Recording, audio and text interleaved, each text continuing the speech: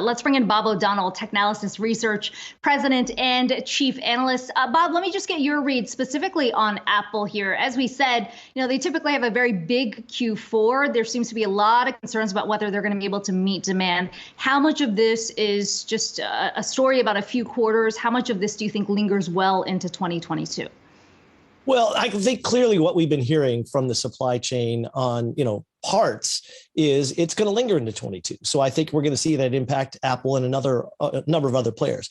The important thing to remember, and sort of an interesting distinction on the supply chain issues, is that in the case of Apple, it's about getting the parts to manufacture things. In the case of something like Amazon, it's getting the goods over, in many cases from China and other parts of Asia, to sell them.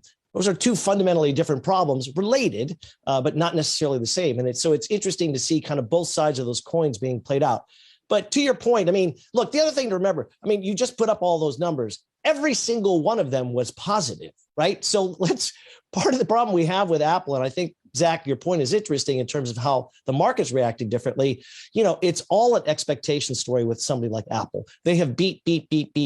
And so the fact that they didn't beat is more psychologically, I think, harmful than the actual numbers are. And I think perhaps that's why you're seeing the stock being hit a little bit harder.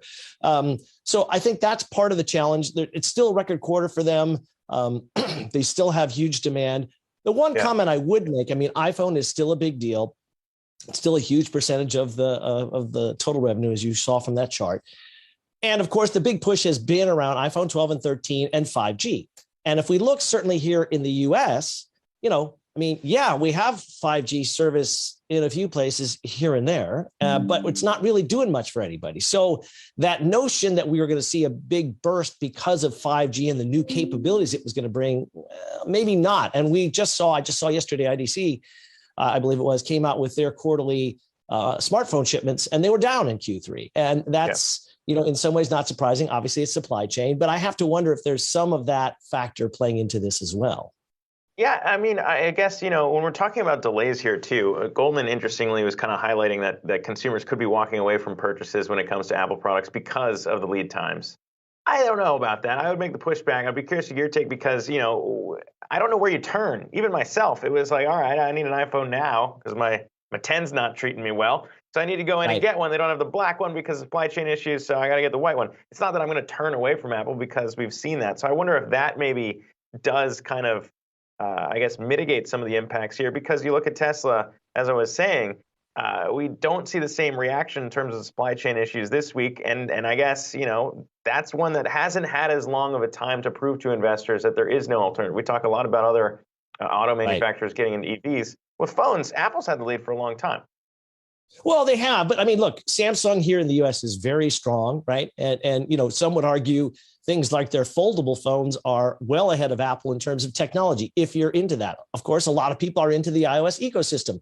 That's a perfectly understandable thing. They've got a lot of components. And let's not forget there's green bubbles, because the green bubbles we all know is really what makes the difference. And anyway, I'm just kidding. But,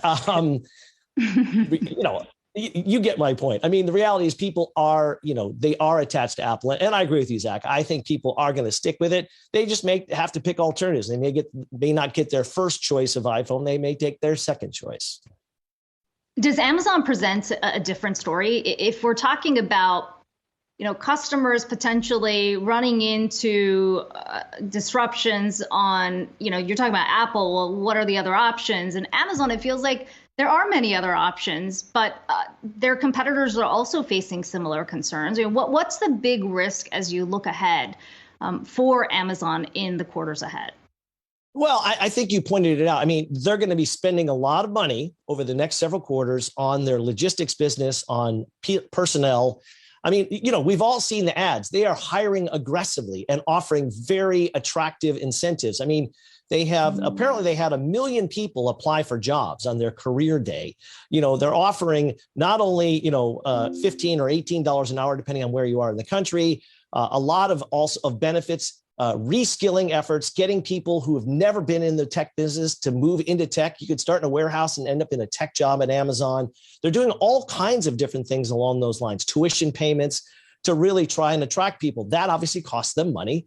And the other difference with Amazon, when people have problems with shipping containers being stuck on boats, a lot of companies are stuck. Amazon says, all right, fine, then we'll buy a bunch of planes and we'll set up an entire cargo business, which of course they've been doing over the last couple of years. And that's a radically different perspective that they can take because they're big enough that they can do that. And that's exactly what they have been doing. And again, costs a lot of money, but is going to give them the flexibility. I mean, if you think about it, remember, AWS started out as something that was an internal tool that Apple or Amazon then turned into a product.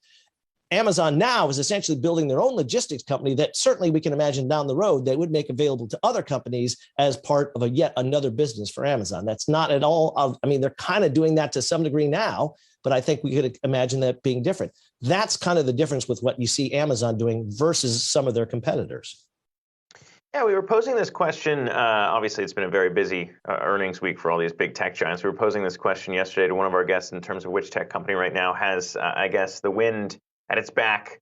And we've talked a lot about, Akiko mentioned Microsoft passing Apple here as the most, most valuable company in the space. I mean, when you look at it now and you're kind of adjusting to these warnings that we have for the current holiday quarter, and you're thinking about, all right, which company here is going to be able to do the most? You mentioned what Amazon's invested in terms of their own, I guess, supply chain here. Who do you think will be able to weather this storm? Because as it's clearly obvious now, it's going to be tough.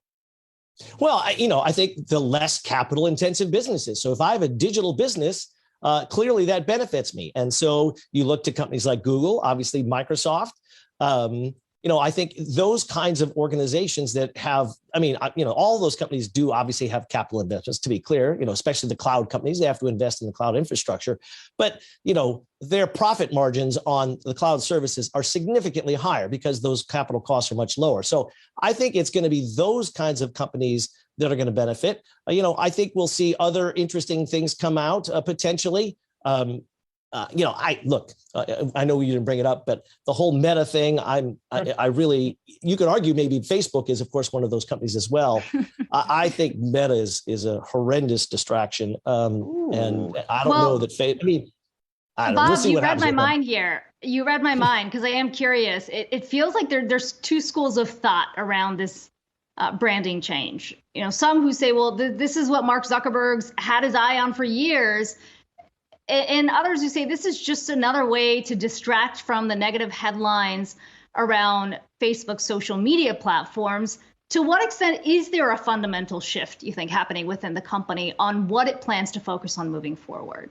Well, let's think about, obviously, the best analogy we have is to Google renaming the parent Alphabet. Everybody calls it Google. Hardly anybody uses Alphabet. I imagine we're going to have a similar situation down the road with Facebook, because it's not like they renamed the Facebook app or Instagram or WhatsApp or any of the things that people actually use. They did, however, emphasize that they're going to be Meta first. Now, here's a comment I will make. There's part of me that kind of wonders is, Mark Zuckerberg is so convinced of this, it's because perhaps he's more comfortable in the metaverse than he is in IRL.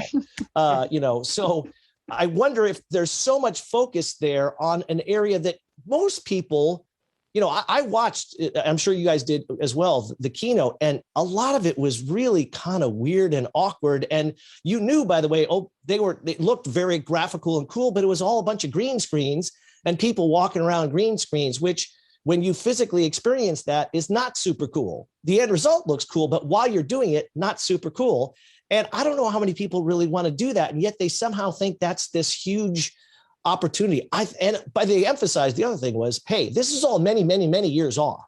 Well, okay, market wise, certainly people like to hear things that are many, many, many years off because that's too far away for them to really concentrate on. So I don't know. I have my doubts. I think it will be very confusing for a lot of people. And I think that's a problem. Yeah, some comparisons being made to Google's big bets, except I think Google was pretty forthcoming in saying these are big bets. We don't know if they're going to make money. It seems like Facebook is maybe taking a different approach, at least in messaging to investors what the metaverse is going to mean for the company. Bob, we could talk about this for hours, but we're going to have to cut it short here. Always good to talk to you. Bob O'Donnell, Technalysis Research President and Chief Analyst.